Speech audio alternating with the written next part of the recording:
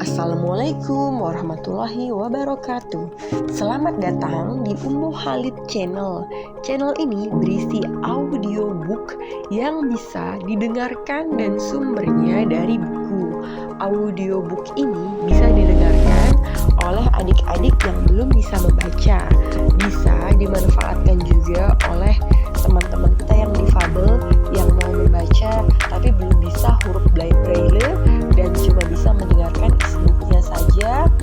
Juga bisa didengarkan dalam mode MP3 kalau teman-teman sibuk dan tidak sempat membaca bukunya. Silakan teman-teman membeli bukunya secara resmi di toko terdekat kalau mau tahu lebih dalam tentang bukunya. Kemudian jangan lupa like, komen, dan subscribe. Kalau mau request baca buku apa lagi, boleh kirim pesan ya. Terima kasih. Kisah Para Tabi'in oleh Syekh Abdul Munim Al-Hashimi, diterbitkan oleh Ummul Qura. Pengantar penerbit.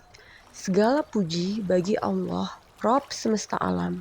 Salawat dan salam semoga senantiasa ditujukan atas Rasulullah SAW, keluarga, sahabat beliau, dan siapa yang mengikuti mereka dengan ihsan hingga akhir zaman.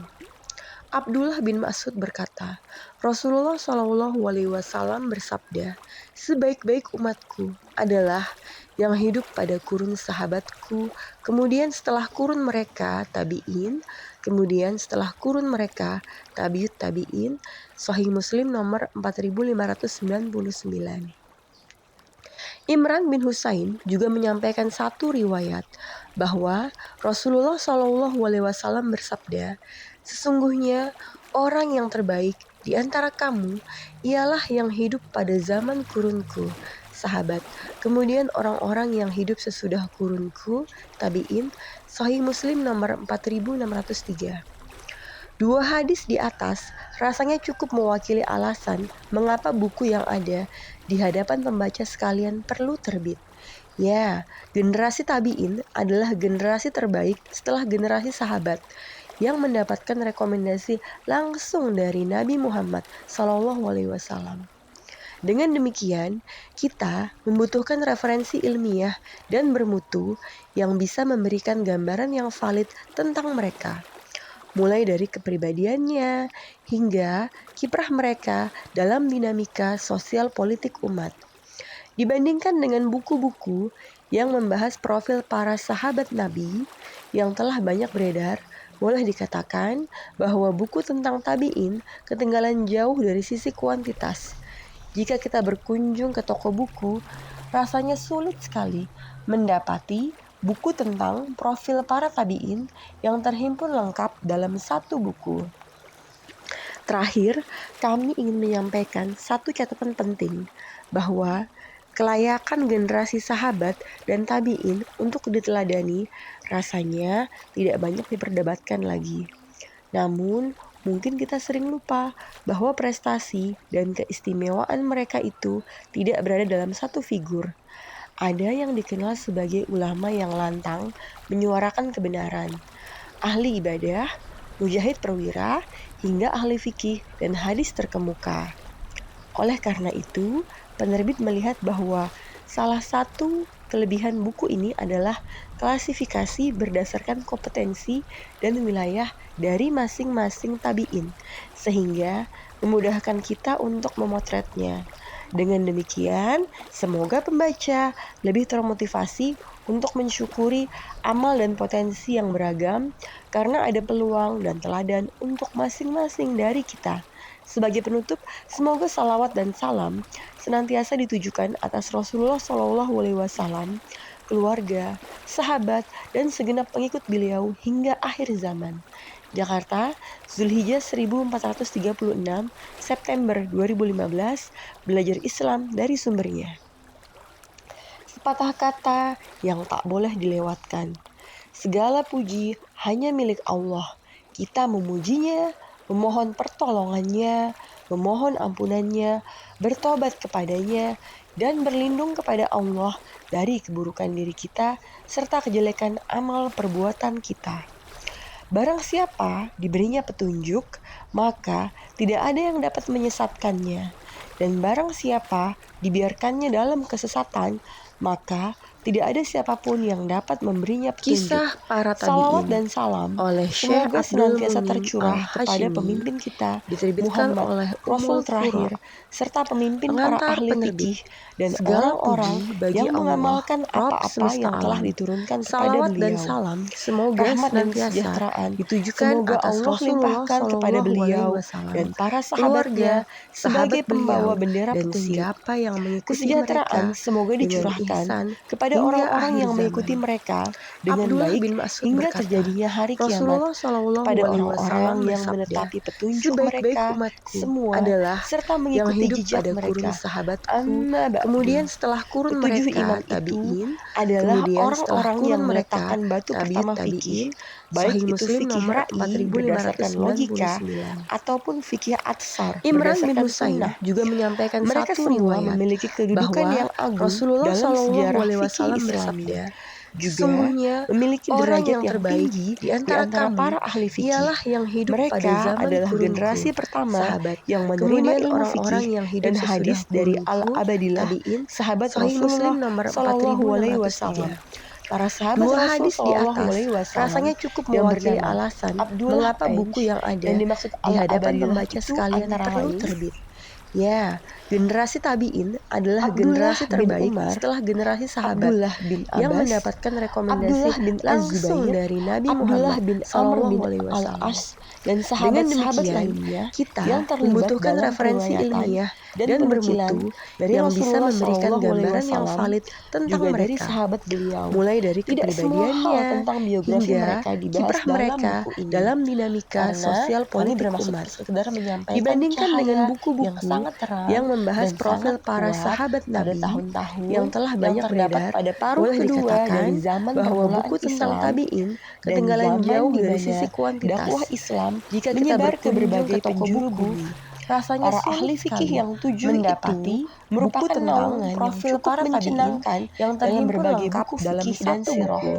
Di sisi lain, mereka Terakhir, jugalah yang kami ingin memperkenalkan kepada menyampaikan kita satu para catatan imam penting yang ahli bahwa dalam berijtihad kelayakan yang generasi terkenal sahabat serta dan telah memenuhi tabi'in untuk dunia dengan diteladani ilmu dan fikih. rasanya Di tidak antara banyak mereka diperdebatkan adalah lagi. Abu Hanifah Namun, An-Nu'man mungkin kita dan sering Malik. lupa Semoga bahwa prestasi Allah dan dilimpahkan keistimewaan kepada mereka itu semua. tidak berada dalam satu Dalam figur. perjalanan hidup Ada mereka, yang dikenal kita sebagai akan ulama menemukan yang lantang bintang-bintang baru menyuarakan dari kaum kebenaran, muslimin. ahli Namun, ibadah, banyak pena yang mujahid memilih gembira, menjauh hingga dari ahli mereka, fikih dan hadis sehingga terkemuka. menjauh pula lah cahaya Oleh karena dari itu, mereka. penerbit Sementara melihat bahwa mereka salah adalah satu para peletak kelebihan usul buku fikih ini dan adalah logika ra'i. klasifikasi Di antara berdasarkan mereka kompetensi ada seorang ahli dan fikih yang wilayah pemberani dari seperti masing-masing Sa'id tabi'in, bin Al-Musayyab. sehingga memudahkan Juga kita untuk ada seorang pendidik memotretnya. yang sangat Dengan berbudi demikian, seperti semoga Urwah bin pembaca Az-Zubair, lebih sebagaimana termotivasi yang akan kita untuk dengar mensyukuri dan lihat amal dari dan sirah potensi mereka. yang beragam, karena ada Seorang peluang dan penyair teladan telah untuk mengumpulkan masing-masing mereka dari kita. dan menyanjung Sebagai mereka penutup, dalam semoga beberapa salawat dan bait salam syairnya. senantiasa Dia berkata, ditujukan atas jika Rasulullah ditanyakan Shallallahu Alaihi Wasallam, siapakah 7 lautan keluarga, ilmu, sahabat, yang dan pembicaraannya segenap pengikut tak beliau pernah hingga keluar akhir dari zaman. ilmu, Jakarta, katakan mereka Zulhijjah adalah 1436 September Ubaidillah, 2015, Urwah, belajar Islam Qasim, dari sumbernya. Sa'id, Abu Bakar, Patah Sulaiman, kata dan yang tak Khorijah. boleh dilewatkan. Para ulama ahli Segala fikih yang puji 7 ini hanya milik Allah. ridwanullahi Kita alaihim memujinya, merupakan memohon orang-orang yang paling pertolongannya, banyak menyatukan memohon antara ampunannya, kecermatan bertobat dan kebenaran kepadanya, periwayatan, dan berlindung takhrij, kepada Allah serta dari pemberian keburukan diri fatwa kita berdasarkan serta logika kejelekan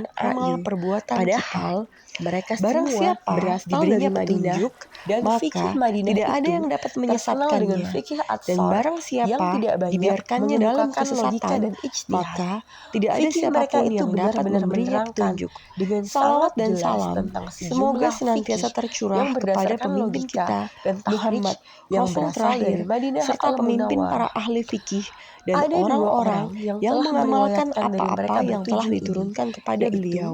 Ibnu Syihab Rahmat dan Az-Zuhri yang kesejahteraan termasuk dalam semoga Allah jajaran limpahkan Sugeng kepada beliau Tabi'in, dan dan para Rabi'atul sahabatnya Ra'i yang sebagai merupakan pembawa guru bendera dari petunjuk. Imam Malik Kesejahteraan Semoga rahimahullah dicurahkan ketika ibunya kepada memakaikan orang-orang yang sehelai mengikuti baju mereka yang dengan lembut baik hingga kepadanya, terjadinya seraya hari berkata, kiamat. "Pergilah Kepada wahai orang-orang anakku, yang dan menetapi belajarlah petunjuk tentang mereka adab semua dan ilmu serta darinya. mengikuti jejak Semoga mereka. Allah melimpahkan Amma ba'du. keridhaannya terhadap Ketujuh mereka imam semua, itu karena mereka adalah telah orang-orang mengikuti yang kaum meletakkan Muhajirin batu pertama dan fikih, Ansar dengan baik itu fikih sebaik-baiknya ra'i sampai berdasarkan datangnya hari logika kiamat. ataupun Dan fikih semoga Allah atsar melimpahkan berdasarkan pahala sunnah. kepada kita Mereka karena kita semua memiliki mencintai kedudukan yang orang-orang agung pilihan dalam sejarah dari fikih mereka Islami, dengan kecintaan juga yang tidak memiliki tersaingi derajat oleh yang apapun tinggi di selain antara para kecintaan ahli kita fikih. terhadap para sahabat Mereka adalah Rasulullah generasi Shallallahu pertama Alaihi yang Wasallam, menerima ilmu juga fikih sebagai dan pendekatan hadis terhadap dari fikih mereka al-Abadillah, dan sunnah sahabat Rasulullah Rasulullah Shallallahu Alaihi Shallallahu Alaihi Wasallam. Wasallam. Abdul Para Munim sahabat Rasul Al-Hashimi, Shallallahu Alaihi Kuwait, Wasallam Oktober yang bernama 1987. Abdullah Yang 87. dimaksud Al-Abadillah itu antara Cahaya lain yang mereka ikuti, iman dan Abdullah bin ittiba. Umar, Rasulullah Abdullah Shallallahu bin Alaihi Abbas, Wasallam bersabda, Abdullah bin Az-Zubair, "Aku tinggalkan Abdullah bin bagi Amr bin kalian perkara Al-As, dan yang jika sahabat-sahabat kalian lainnya berpegang yang teguh terlibat padanya, dalam maka periwayatan dan kalian tidak akan penukilan tersesat dari Rasulullah selamanya. Shallallahu Alaihi Kitab Wasallam, Allah dan juga sunnah dari sahabat Rasulnya." beliau. Tidak semua Berdasarkan hal susunan tentang hadis biografi tersebut, mereka dibahas dalam maka buku sumber ini, pertama bagi karena fikih kami Islam bermaksud sekedar adalah kitab menyampaikan Allah cahaya yang yang mulia, sangat terang sedangkan dan sumber sangat keduanya kuat adalah pada sunnah Rasulullah tahun-tahun yang Shallallahu terdapat Alaihi pada paruh Wasallam kedua dari sebagai zaman bentuk permulaan pengamalan Islam dari firman dan Allah zaman di Azza wa mana Jalla. dakwah Apa Islam yang diberikan menyebar ke Rasul berbagai kepadamu, penjuru maka bumi. terimalah. Para ahli Dan fikih apa yang yang 7 dilarangnya itu bagimu, maka merupakan naungan yang tinggalkanlah. cukup mencenangkan Al-Hasyr ayat dalam 7. berbagai buku fikih dan sirah. Al-Quranul Di Karim sisi adalah lain, syariat mereka jugalah menyeluruh yang dan memperkenalkan umum kepada yang kita mencakup para seluruh imam kaidah yang dan ahli dalam pokok-pokok usul. berijtihad, yang Sedangkan terkenal as-sunnah serta yang telah memenuhi mulia dunia merupakan dengan ilmu dan rincian bagi fikih. Di cabang-cabangnya, antara mereka furu', adalah Abu dan Hanifah banyak An-Nu'man dan diantaranya Malik. yang Semoga menyempurnakan keridaan Allah penjelasan dilimpahkan Al-Quran kepada mereka sesuai dengan semua. berbagai peristiwa Dalam yang perjalanan berlaku hidup pada mereka, Rasulullah kita akan Shallallahu menemukan Alaihi Wasallam. bintang-bintang baru dari Dengan kaum demikian, muslimin. maka pada Namun, banyak dasarnya pena yang syariat memilih untuk itu menjauh berdiri dari di mereka, atas dua pangkal sehingga yang menjauh kokoh, pula lah yaitu cahaya dari Al-Quran dan mereka. As-Sunnah. Sementara itu, Keduanya mereka adalah adalah para sumber pelatah usul rujukan dan fikih dan asas. logika rayu. Bahkan, Di keduanya antara merupakan mereka, tulang ada seorang punggung ahli fikih yang bagi pemberani, syariat yang seperti toleran Said bin ini. Al-Musayyab. Syariat Islam memiliki Juga ada dasar-dasar seorang yang pendidik kokoh yang yang sangat harus berbudi diikuti. seperti Ia Urwah bin tidak semata Az-Zubair, berdiri di atas sebagaimana yang logika akan kita dan dengar dan pengalaman lihat manusia dari di sirah bumi. mereka. Ia merupakan Seorang syariat penyair langit telah yang kekal mengumpulkan di mereka tengah-tengah dan manusia menyanjung mereka dan berlaku dalam beberapa sepanjang bait masa. syairnya. Dari Ia beberapa berkata, baris di atas, jika kita ditanyakan dapat menyimpulkan siapakah bahwa 7 lautan metode pokok ilmu yang satu-satunya dari pembicaraannya syariat tak pernah Islam keluar adalah dari menuntut ilmu, nas dan katakan mereka mengamalkannya. adalah Ubaidillah, Namun bukan berarti Urwah, membiarkan Qasim, akal tidak Said, menjalankan Abu Bakar, perannya. Sulaiman, Ia tetap dan Khorijah. difungsikan dalam Para proses ulama ahli penarikan fikih yang kesimpulan 7 ini, dan mengungkapkan Ridwanullahi pemahaman alaihim, terhadap nas-nas merupakan nakli. orang-orang yang Jika paling dalam banyak suatu nas menyatukan antara ditemukan kecermatan suatu dan hikmah, kebenaran maka periwayatan, akallah yang takhrij, menyimpulkan hikmah serta ini. pemberian Dan fatwa jika nas-nas berdasarkan Al-Quran logika itu ra'yu. bersifat umum Padahal bagi mereka seluruh semua berasal permasalahan, dari Madinah, maka mengambil dan nas fikih dan Madinah itu menyimpulkan apa yang terkenal ada di dengan balik fikih nas As-Sar untuk yang tidak kemudian banyak diterapkan pada mengemukakan suatu logika dan hukum ijtihad. yang tidak Fikih ditemukan mereka itu nasnya, benar-benar maka menerangkan dalam hal dengan ini sangat akal jelas dianggap tentang memiliki sejumlah peran yang fikih sangat yang penting. berdasarkan Kondisi logika semacam dan ini takhrij yang seringkali berasal dari dihadapi oleh Madinah para ahli fikih Al-Munawwarah. sejak munculnya Ada dua Islam dan orang pada yang telah tahun-tahun meriwayatkan dari mereka tersebarnya bertujuh Islam ini, ke berbagai yaitu negeri dan Ibnu suku. Syihab Oleh Az-Zuhri yang karenanya, termasuk dalam jajaran berijtihad dan Sigor penggunaan Tabi'in, logika dan ini bukan saja Rabi'atul dimulai Ra'i pada yang zaman merupakan tabi'in, guru dari namun telah Imam dimulai Malik sejak zaman Nabi rahimahullah ketika Shallallahu ibunya Alaihi memakaikan Wasallam. sehelai baju yang Rasul lembut Shallallahu Alaihi kepadanya, Wasallam dan seraya ijtihad, berkata, halaman pergilah wahai 24. anakku dan Para belajarlah sahabat telah tentang adab berijtihad dan pada ilmu zaman darinya. Rasulullah Semoga Shallallahu Alaihi Allah Wasallam. melimpahkan keridhaannya Bahkan terhadap beliau mereka pun memberikan semua karena pengakuan mereka terhadap telah mengikuti kaum ijtihad yang Muhajirin mereka dan lakukan. Ansar dengan Namun sebaik-baiknya beliau sampai sendiri datangnya tidak hari kiamat. memperdulikan hal Dan itu. semoga Allah Beliau melimpahkan sendiri pahala tidak kepada kita memerlukan hal hal itu Karena kita dikarenakan mencintai wahyu orang-orang selalu pilihan mendampingi beliau dari mereka turun dari dengan langit kecintaan dengan yang tidak ayat-ayat tersaingi yang oleh apapun terperinci, selain kecintaan sehingga kita terhadap ijtihad para bukanlah sahabat sesuatu Rasulullah yang sangat Shallallahu Alaihi penting bagi Wasallam, beliau. juga sebagai Ada banyak pendekatan terhadap contoh fikih mereka ijtihad dan yang sunnah terjadi pada Rasulullah zaman Nabi Shallallahu Alaihi Shallallahu Alaihi Wasallam. Wasallam. Abdul Munim Misalnya Al-Hashimi, adalah Kuwait, ketika kaum Oktober muslimin melakukan syariah, 1987. penyerangan yang tidak dipimpin langsung oleh Rasulullah Shallallahu Alaihi Wasallam di bawah komando Amr bin al-Ash. Ketika itu, mereka memandang mandi sebagai sebuah keharusan disebabkan apa yang menimpa selama dalam perjalanan. Mereka mendapati air yang sangat dingin sehingga mereka tidak dapat mendekatinya. Mereka pun tidak menemukan sesuatu yang dapat meringankan suhu yang sangat dingin itu. Maka mereka pun bertayamum dan melaksanakan sholat. Setelah selesai melaksanakan sholat, kondisi udara berangsur membaik sehingga air pun terasa lebih hangat. Sebagian dari mereka bangkit untuk mandi dan mengulang sholat mereka. Sedangkan sebagian lainnya tidak mengulangi sholat mereka. Ketika hal tersebut disampaikan kepada Rasulullah SAW, beliau pun mengiyakan jalan yang ditempuh oleh kedua kelompok tersebut. Lalu beliau berkata kepada kelompok yang mengulangi sholatnya, "Engkau mendapatkan 2 pahala." Dan berkata kepada kelompok yang kedua, "Engkau telah sesuai dengan sunnah dan sholatmu itu sudah cukup bagimu."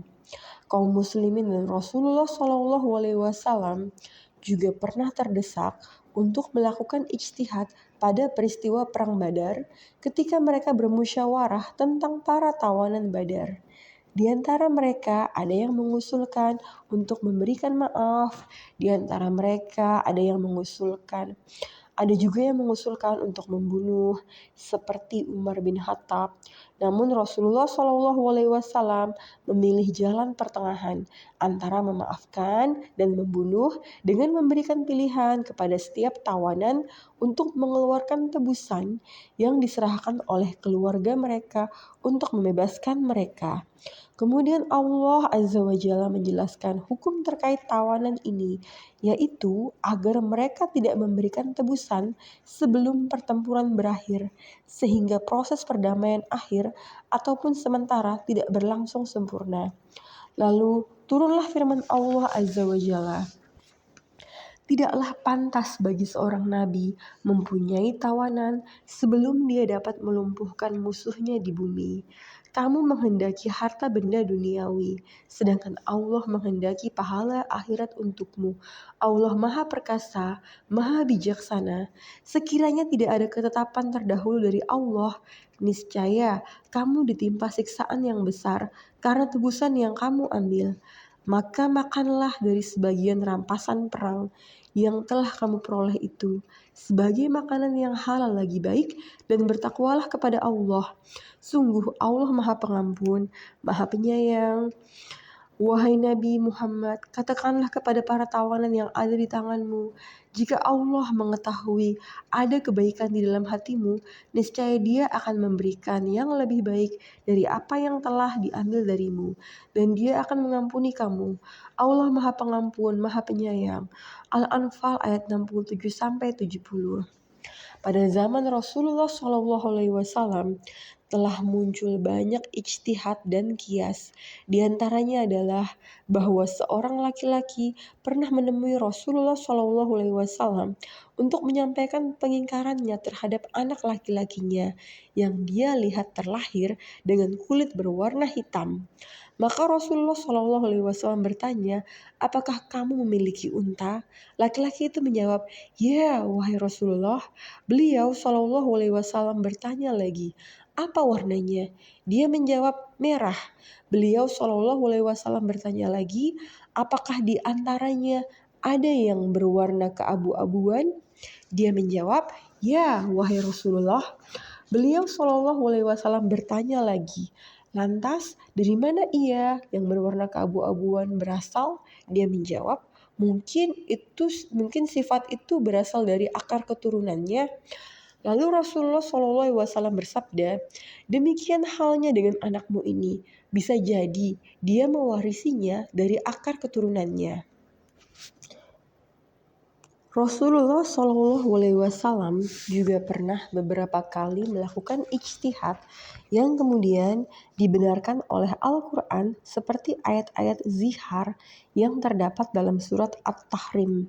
Ketika itu Hafsah meminta izin kepada beliau untuk mengunjungi rumah ayahnya, Umar bin Khattab. Beliau pun mengizinkannya. Saat dia kembali ke rumahnya, dia mendapati Maria Al-Qibtiyah sedang bersama Rasulullah SAW. Lalu dia berkata, "Di rumahku, wahai Rasulullah." Dia pun memprotes masuknya Maria ke rumahnya ketika dia tidak ada di sana. Maka Rasulullah SAW bermaksud untuk menenangkan kekhawatirannya. Beliau pun menjanjikan kepadanya bahwa beliau tidak akan lagi mendekati Maria setelah hari itu, dengan syarat bahwa dia tidak menyiarkan kejadian itu di antara istri-istri beliau lainnya.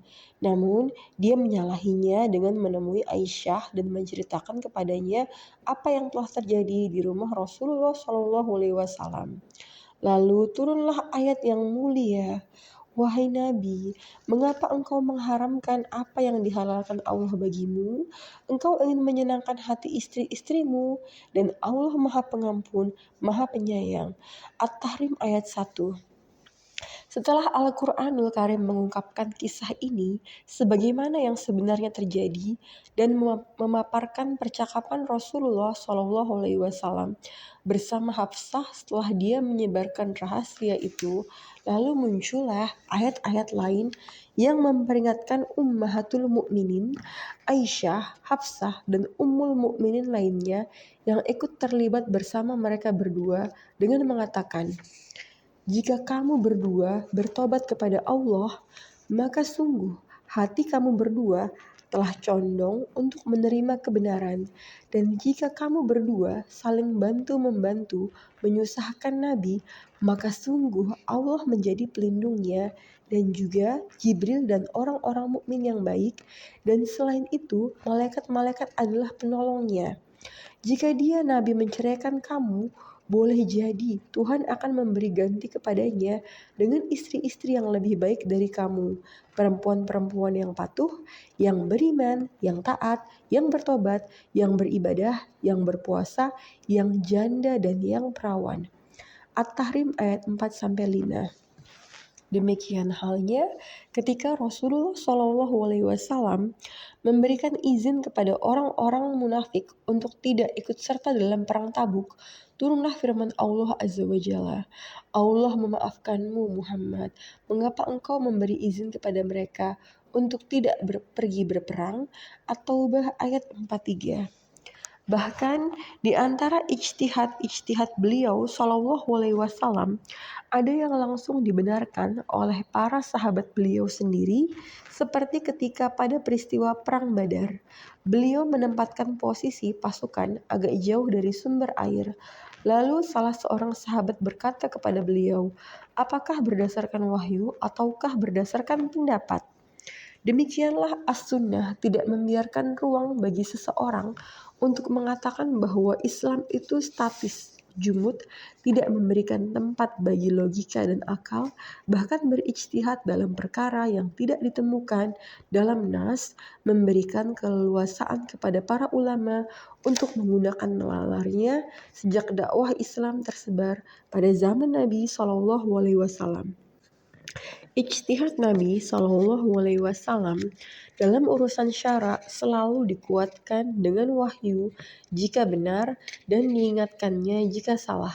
Berkenaan dengan masalah ini, Syekh Muhammad Abu Zahrah mengatakan, "Sesungguhnya kita tidak mengetahui bahwa Nabi SAW pernah melakukan kesalahan dalam perkara hukum yang beliau tetapkan, sebab beliau adalah seorang hakim yang memiliki sifat adil yang sempurna.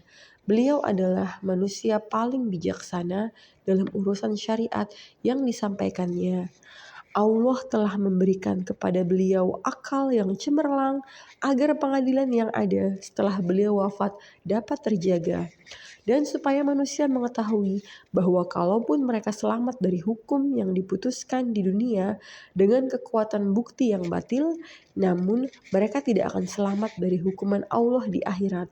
Juga supaya mereka bertakwa kepada Allah dalam setiap perselisihan, serta tidak menganggapnya sebagai ajang untuk saling mengalahkan dan bersaing dengan barang bukti.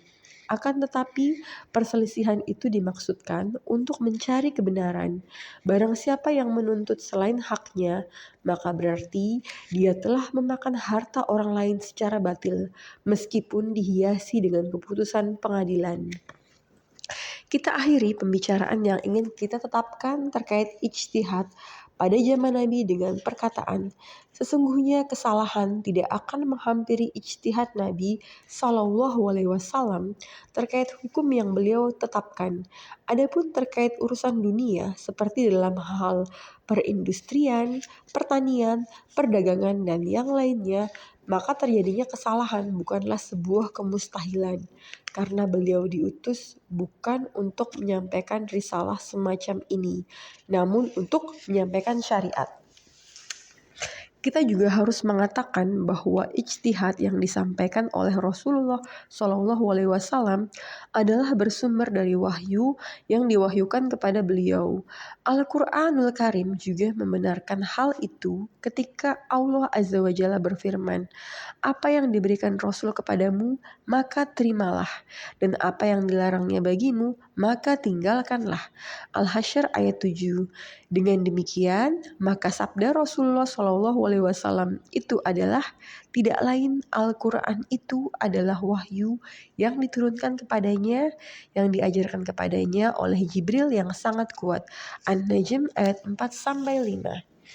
Para ahli fikih yang 7 itu benar-benar berpegang teguh dengan sempurna terhadap sunnah Rasulullah SAW, mengikutinya, berijtihad dengan ruhnya, dan mulai meletakkan dasar-dasar ijtihad, kias, dan logika yang kemudian setelah mereka wafat, tiang-tiangnya dikukuhkan oleh murid-murid mereka yang merupakan para imam mujtahid seperti Imam Abu Hanifah An-Nu'man radhiyallahu an dan Imam Malik, Imam kota Madinah, dan hanya sedikit sekali dari mereka yang mengikuti manhaj Dawud al-Asfahani, Imam mazhab Az-Zahiri yang berpendapat bahwa penyandaran itu terjadi pada lahir nas dan bahwa keumuman nas itu sudah cukup bagi umat.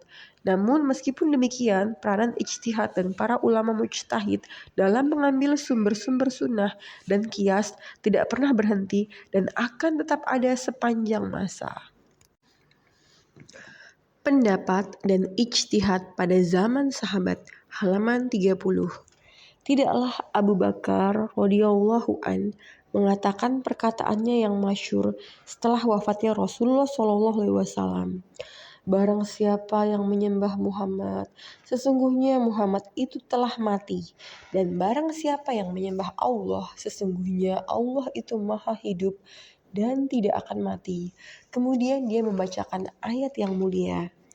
Dan Muhammad hanyalah seorang Rasul. Sebelumnya telah berlaku beberapa orang Rasul. Apakah jika dia wafat atau dibunuh kamu berbalik ke belakang, murtad? Barang siapa berbalik ke belakang, maka ia tidak akan merugikan Allah sedikit pun. Allah akan memberi balasan kepada orang-orang yang bersyukur. Ali Imran ayat 144. Sehingga Umar bin Al-Khattab berkata, demi Allah, tidaklah aku meyakini bahwa beliau telah wafat, kecuali setelah aku mendengar Abu Bakar membacakan ayat tersebut. Maka aku pun tercengang hingga membuatku terjatuh ke tanah, karena kedua kakiku tak dapat lagi menopang tubuhku. Sejak saat itulah aku mengetahui bahwa Rasulullah SAW telah meninggal. Pada saat itu, kaum muslimin mulai berjalan cepat dengan pasukan mereka untuk melakukan penyerangan terhadap kerajaan Kisra, Persia, dan Kaisar setelah Rasulullah SAW wafat untuk menaklukkan berbagai negeri serta menyeru kepada kebenaran dan kebaikan. Para raja dan pemimpin negeri-negeri itu berusaha menghalangi masuknya Islam ke wilayah mereka. Untuk itu, mereka mendirikan benteng-benteng pertahanan yang kokoh supaya kaum muslimin tidak dapat sampai kepada rakyat mereka. Ketika penyebaran dakwah Islam menjadi urusan yang sangat penting dan merupakan kewajiban yang harus ditunaikan oleh umat Islam, maka benteng-benteng pertahanan tersebut harus dihancurkan untuk bisa sampai kepada seluruh umat manusia, sehingga peperangan itu menjadi perkara yang wajib dan penting. Karena jika ada kewajiban yang tidak dapat ditunaikan kecuali dengan satu perkara, maka perkara tersebut hukumnya wajib. Peperangan dan penaklukan berbagai wilayah itu tidak bertujuan untuk memaksa umat manusia, karena jika memang demikian tujuannya, maka dakwah Rasul dan para khalifah yang mulia pun hanya akan berupa gerakan militer yang mencenangkan. Sementara Rasulullah SAW bersabda, "Janganlah kalian membunuh orang tua, anak-anak, dan wanita." Beliau juga bersabda, "Kalian semua adalah Bani Adam, dan Adam diciptakan dari tanah. Tidak ada keutamaan bagi bangsa Arab atas bangsa yang lainnya kecuali dengan ketakwaan." Allah Azza wa Jalla juga berfirman di dalam kitabnya yang mulia, "Tidak ada paksaan dalam menganut agama Islam. Sesungguhnya telah jelas perbedaan antara jalan yang benar dan jalan yang sesat." Al-Baqarah ayat 256.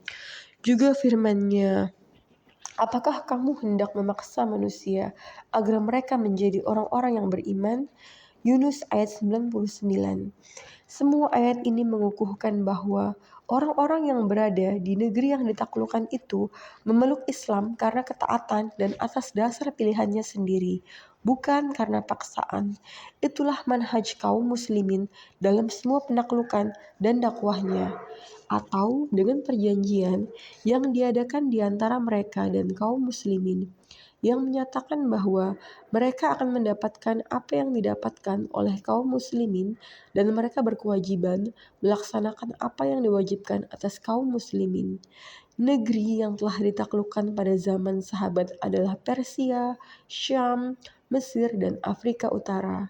Semuanya itu merupakan negeri peradaban, sehingga membuat masyarakat Islam memperoleh berbagai perkara baru dan peristiwa-peristiwa yang belum pernah terjadi pada masa Rasulullah SAW.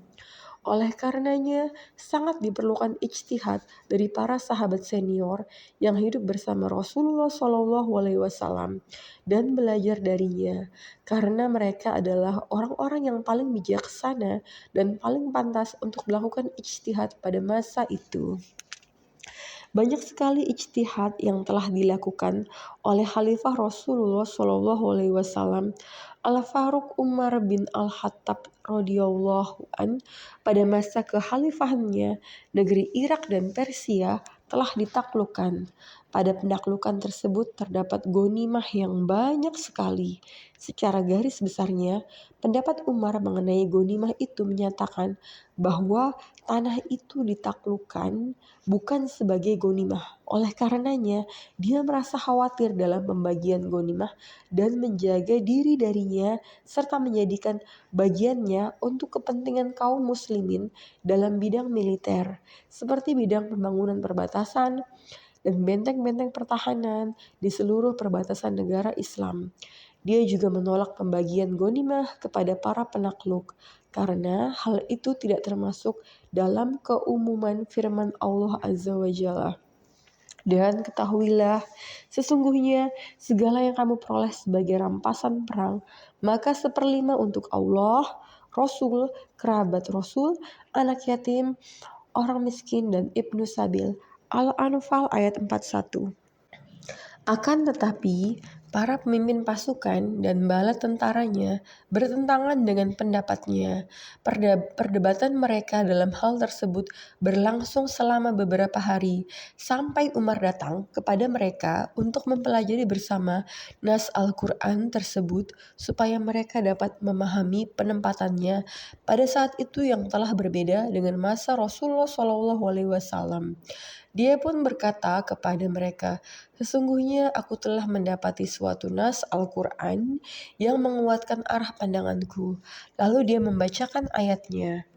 Harta rampasan fa'i yang diberikan Allah kepada Rasulnya yang berasal dari penduduk beberapa negeri adalah untuk Allah, Rasul, kerabat Rasul, anak-anak yatim, orang-orang miskin, dan untuk orang-orang yang dalam perjalanan, agar harta itu jangan hanya beredar di antara orang-orang kaya saja di antara kamu.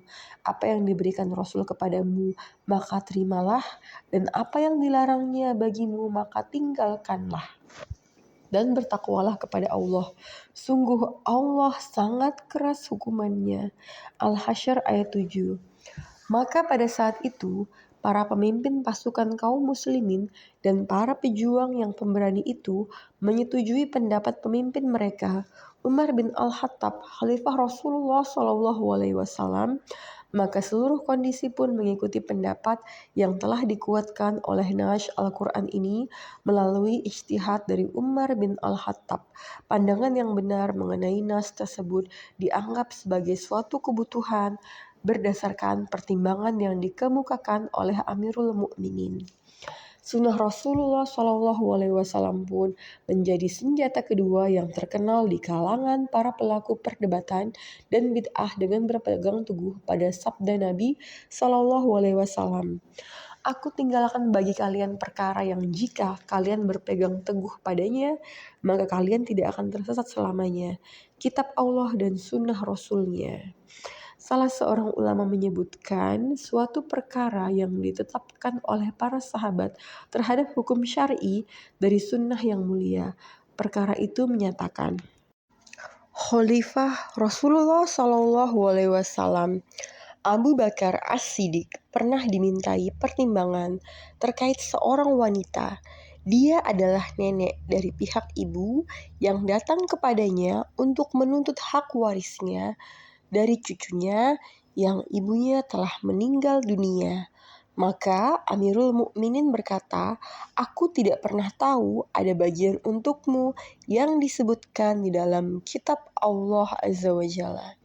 Kemudian dia menemui para sahabat seraya bertanya kepada mereka, "Apakah di antara kalian ada yang mengetahui bahwa Rasulullah SAW telah menetapkan bagian warisan untuknya?"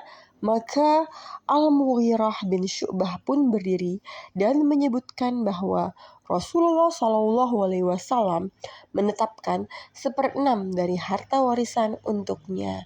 Lalu sahabat lainnya berdiri dan memberikan kesaksian yang sama dengan Al-Mughirah. Maka Abu Bakar pun menetapkan 1/6 bagi wanita tersebut.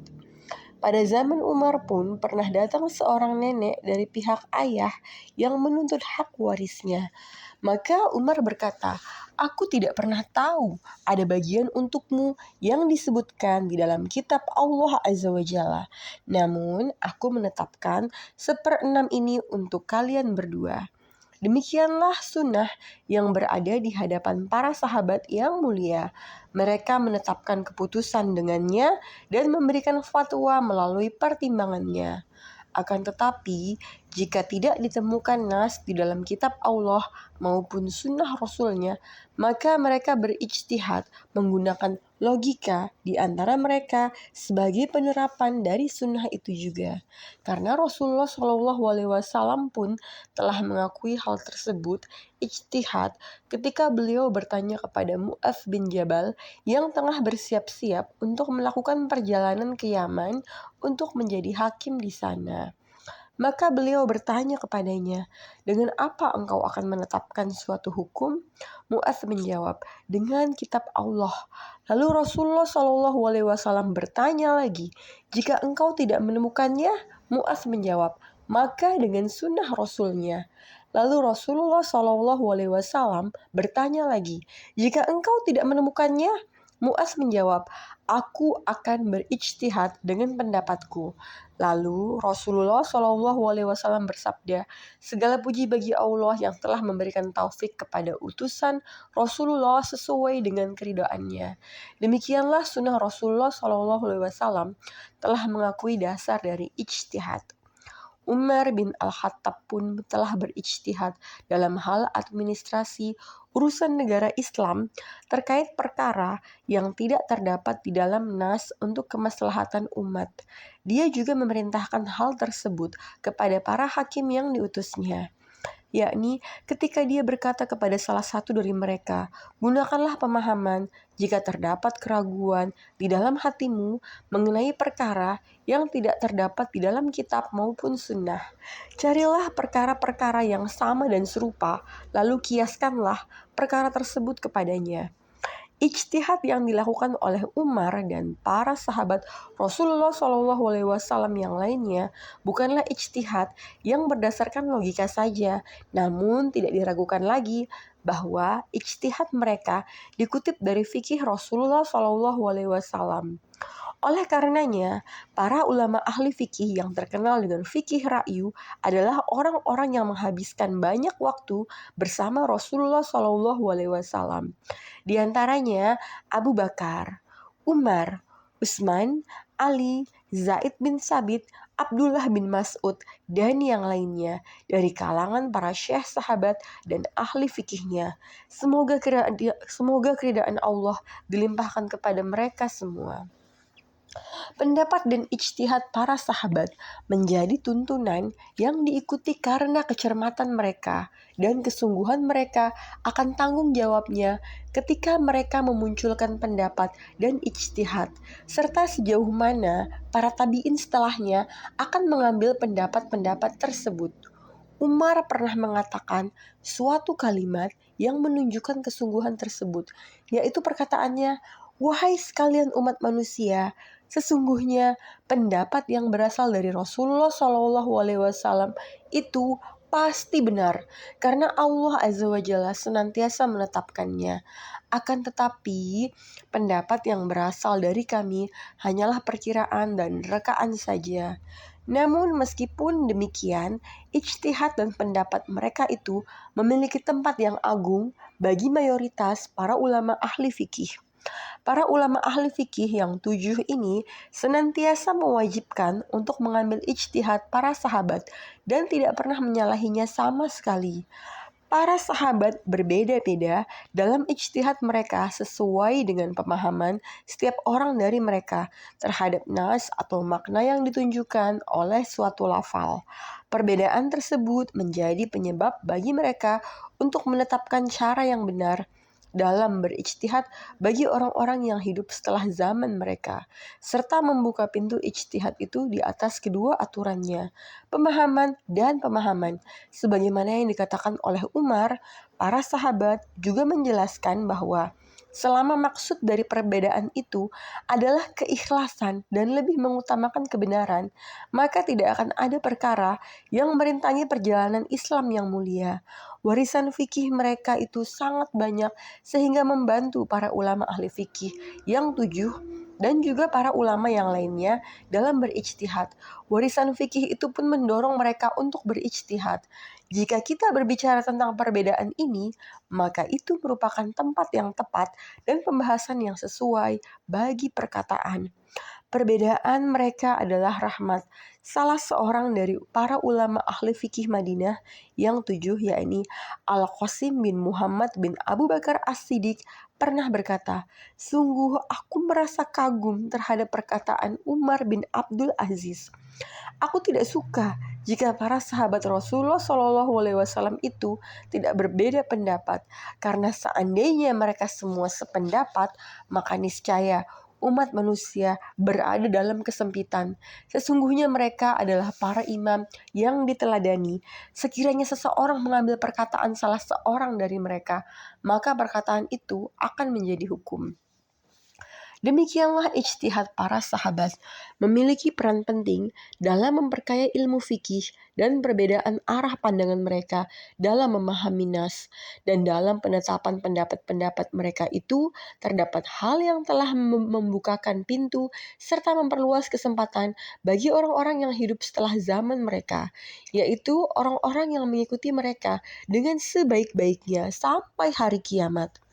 Namun meskipun demikian, para sahabat senantiasa berusaha untuk menjauhkan diri dari kias dan ijtihad. Akan tetapi, mereka terdorong untuk melakukan hal tersebut sesuai dengan kemampuan mereka demi kemaslahatan. Sementara itu, ra'yu dan kias telah membantu mereka dalam mewujudkan kemaslahatan tersebut. Terkait masalah ini, salah seorang ahli fikih berkata, Sesungguhnya yang memberikan fatwa kepada umat manusia hanyalah satu di antara 3 orang berikut. Seseorang yang mengerti tentang nash dan mansuknya Al-Quran, seorang pemimpin yang tidak dapat menemukan jalan keluar, atau orang bodoh yang berpura-pura pintar. Ketika Ibnu Sirin mendengar perkataan ini, dan dia adalah salah seorang tabi'in yang memiliki keutamaan, dia pun berkata, "Aku bukanlah salah seorang dari kedua orang itu, maka aku berharap agar aku tidak menjadi orang bodoh yang berpura-pura pintar." Ijtihad para sahabat merupakan pondasi kedua bagi orang-orang pilihan dari kalangan tabi'in. Setelah ijtihad pada masa Rasulullah SAW, di antara orang-orang pilihan itu adalah para ulama ahli fikih Madinah yang 7. Maka mereka pun mengikuti para sahabat dengan sebaik-baiknya.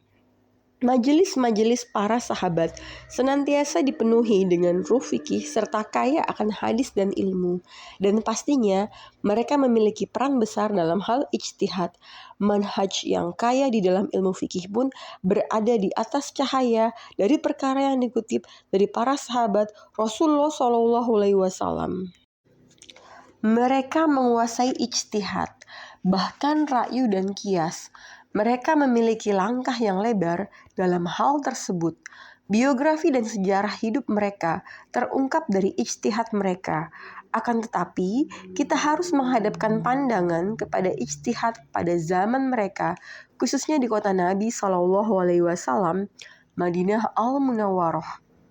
Meskipun banyak sekali sekolah-sekolah ilmu fikih yang berada di Kufah dan Basrah, sehingga Ibnu Syihab Az-Zuhri, salah seorang tabi'in yang terpercaya dan salah seorang murid dari para ahli fikih yang 7, berkata mengenai ilmu dan fikih di luar kota Madinah, "Hadis dari kami keluar sejauh 1 jengkal, lalu ia akan kembali lagi dari Irak sejauh 1 hasta." Di antara ulama ahli fikih yang hidup di Madinah dan menjadi guru bagi banyak orang adalah Al-Faqih Malik radhiyallahu an, Imam Madinah. Fikih dan ijtihad pada zaman tabi'in, halaman 39. Tentu saja para sahabat ridwanullahi alaihim memiliki banyak murid yang memperoleh pendidikan dari mereka, yaitu para tabi'in. Para tabi'in itu sangat ingin mengumpulkan kekayaan yang ditinggalkan oleh para sahabat, yakni periwayatan dan ijtihad dalam fikih. Oleh karenanya, mereka menempuh jalan pengumpulan dan pencatatan bagi sunnah Rasulullah SAW dan hadis-hadis yang diriwayatkan darinya. Kedekatan setiap tabi'in dengan seorang sahabat memiliki peran besar dalam hal berlimpahnya periwayatan tabi'in. Di sisi lain, ijtihad dari para ulama ahli fikih yang 7, hafalan mereka dan ingatan mereka yang kuat memberikan pengaruh yang besar, sampai-sampai mereka tidak pernah mendengar suatu hadis kecuali mereka dapat menangkap dan memahaminya. Di antara orang yang selalu mengikuti Ibnu Umar radhiyallahu an adalah Sa'id bin Al-Musayyab, salah seorang ulama ahli fikih yang 7, dan Sulaiman bin Yasar, budak dari Sayyidah Maimunah binti Al-Haris yang telah meriwayatkan dari Aisyah radhiyallahu an juga. Para ulama ahli fikih yang 7 dan juga para tabi'in yang lainnya menetapi ijtihad terkait perkara yang tidak ada ijtihadnya dari para sahabat ridwanullahi alaihim, dan ijtihad mereka itu tidak keluar dari manhaj para sahabat. Pada zaman mereka itu, Madinah Al-Munawwarah menjadi majelis ilmu dan tempat terbitnya cahaya. Dalam hal itu, orang yang berjasa adalah Umar bin Al-Khattab, karena dialah yang bersikukuh untuk meminta sebagian besar sahabat tetap tinggal di Madinah, supaya dia bisa meminta pertimbangan mereka, sehingga dapat diikuti oleh para tabi'in yang mengambil periwayatan dari mereka dan merasa dahaga akan ilmu mereka. Para sahabat seringkali tidak diizinkan untuk keluar dari Madinah, kecuali pada masa kekhalifahan Utsman radhiyallahu an, di mana Ibnu Mas'ud pergi ke Irak, sementara Zaid bin Tasbit al-Ansari dan Abdullah bin Umar radhiyallahu an tetap berada di Madinah, sehingga penduduknya dapat mengambil ilmu dari mereka berdua.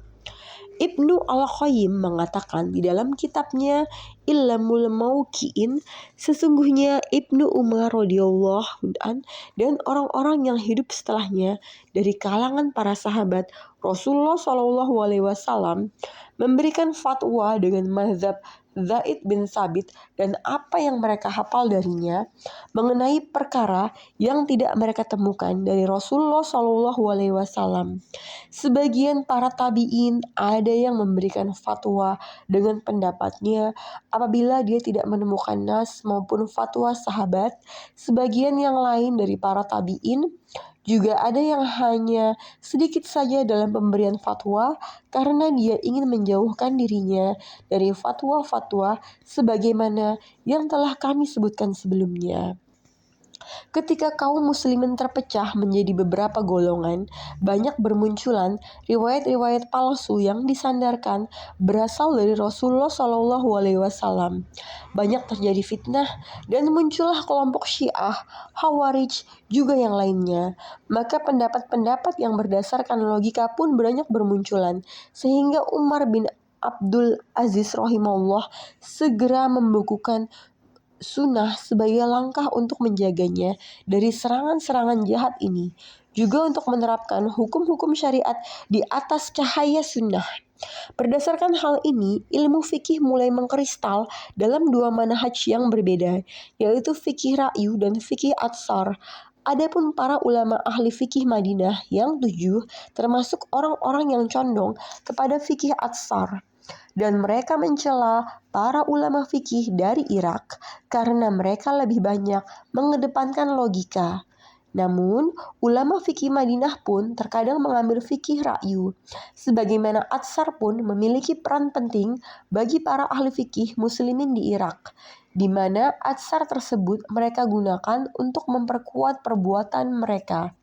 Para ulama ahli fikih Madinah yang 7 pun menggunakan fikih logika jika ada kemaslahatan yang mendorong untuk melakukannya.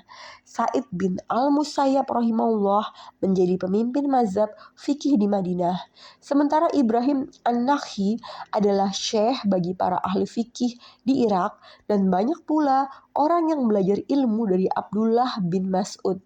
Para ulama ahli fikih Madinah yang 7 ini memiliki keistimewaan dengan kecermatan dan kebenaran periwayatan, tahrij, serta pemberian fatwa berdasarkan ra'yu.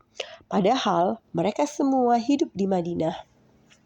Dan Sa'id bin Al-Musayyab banyak mentahrij hadis serta memberikan fatwa sesuai dengan keistimewaan tersebut. Mereka juga mengatakan bahwa Sa'id bin Al-Musayyab dikenal dengan keberaniannya dalam memberikan fatwa. Pada suatu ketika ada seorang laki-laki yang datang ke majelis untuk bertanya tentang suatu perkara. Lalu orang-orang melemparkannya dari satu majelis ke majelis yang lainnya, sehingga dia terlempar ke majelis Sa'id bin Al-Musayyab karena ketidaksenangan penduduk Madinah terhadap fatwa. Juga sebagai bukti atas keberanian Sa'id bin Al-Musayyab rahimahullah. pada jalan yang sama dengannya dalam hal pemberian fatwa, banyak mentahrijh hadis dan perkataan yang berdasarkan logika ada Al-Qasim bin Muhammad bin Abu Bakar As-Siddiq, Ubaidullah bin Utbah bin Mas'ud, Sulaiman bin Yasar, dan Harijah. Ketika telah banyak pentahrijan, maka fikih ra'yu pun menjadi berkembang dan bertambah banyak. Hal tersebut menunjukkan bahwa fikih ra'yu pun memiliki kedudukan tinggi di Madinah yang penduduknya lebih mengutamakan fikih atsar. Akan tetapi, kemaslahatan umat dan kaum muslimin telah mendorong mereka berijtihad dalam hal tersebut. Namun mereka tidak sering melakukannya dan tidak menempuh jalan yang luas dalam hal ijtihad, sebagaimana yang dilakukan oleh para ahli fikih di Basrah, Kufah, dan Baghdad. Ada 2 ulama yang telah meriwayatkan dari ahli fikih kita yang 7 ini, yaitu Ibnu Syihab Az-Zuhri radhiyallahu an dan Rabi'atur Ra'i. Keduanya menyebarkan ilmunya setelah para ahli fikih yang 7 itu mengukuhkan ilmu tersebut di dalam benak para imam ahli ijtihad seperti Malik rahimahullah, Abu Hanifah An-Nu'man, dan masih banyak lagi yang lainnya. Melalui kekuatan hafalan mereka, kekuatan tekad mereka, ilmu mereka yang ditandai dengan ketakwaan hati, serta kesungguhan mereka terhadap kejujuran periwayatan dan keikhlasan logika, para ulama ahli fikih yang 7 ini memerangi setiap kebohongan yang disandarkan oleh seorang pembohong terhadap Rasulullah SAW dan sunnahnya. Itulah cahaya yang mereka ikuti sehingga mereka mendapatkan penerangan dalam hal metode fikih dan pemberian fatwa.